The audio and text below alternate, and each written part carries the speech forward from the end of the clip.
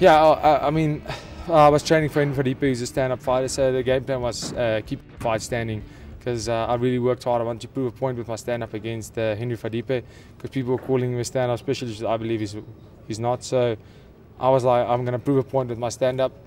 And then all of a sudden, opponent changed, fighting a Brazilian who had also a stand-up title, but he's also a black belt in jiu-jitsu. So I have no idea. I mean, this guy can be great at stand-up, he can be great on the ground. So I had no idea. And me and my coach just tried to find some fights footage, couldn't find anything on the guy. I mean, it's 2 weeks, what can you really change in your camp? And I literally just said, well, now we're going to go out there and we're going to fight. And that's actually the way I prepare. I go out there and it starts standing, then it goes to the clinch, then it goes to the floor. You don't know what you're getting. It's an MMA fight. And that's exactly what happened. It started on the floor. He clinched up. We were in the clinch. I felt I was a bit stronger than him. On the floor, I slipped. He got a better position on the floor. I slipped and he got on top. And then I got on top and I was just like, I started making ground and it just went away. So the game plan at the end of the day was winning the fight and doing whatever I have to win, and it worked out. So did you expect to see any holes in your opponent, or? You know, that's what this was all about. I mean, we said we couldn't find any footage. I've never seen this guy hit a pad. I've never seen this guy do anything. So I have no idea how good is his stand-up, how good is his ground game. So I was literally like, in the fight, we're going to see in the stand-up, does he have holes? Then we're going to take it to the floor, see, does he have holes there? And it all happened so fast. I mean, you have to find a hole.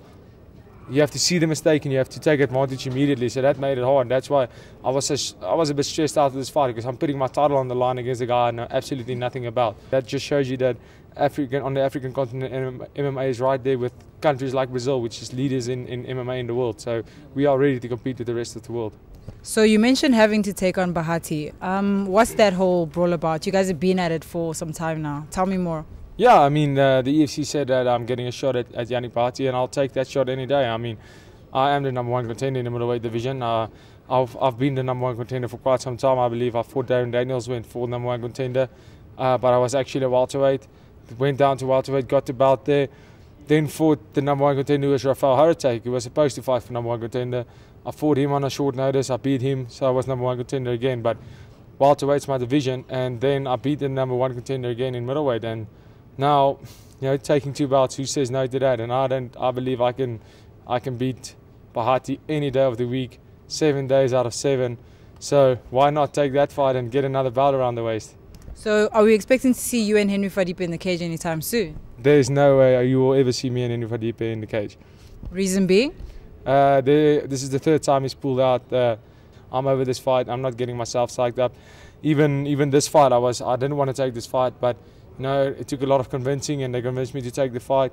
And I said, I don't think he's going to show. He didn't show. So I mean, it's at this stage, I mean, it's just not worth it for me to take this fight. I don't want to sit. I'm a professional. I prepare for opponents. I look at footage. I make sure that that I do everything I can in my power to defend my belt.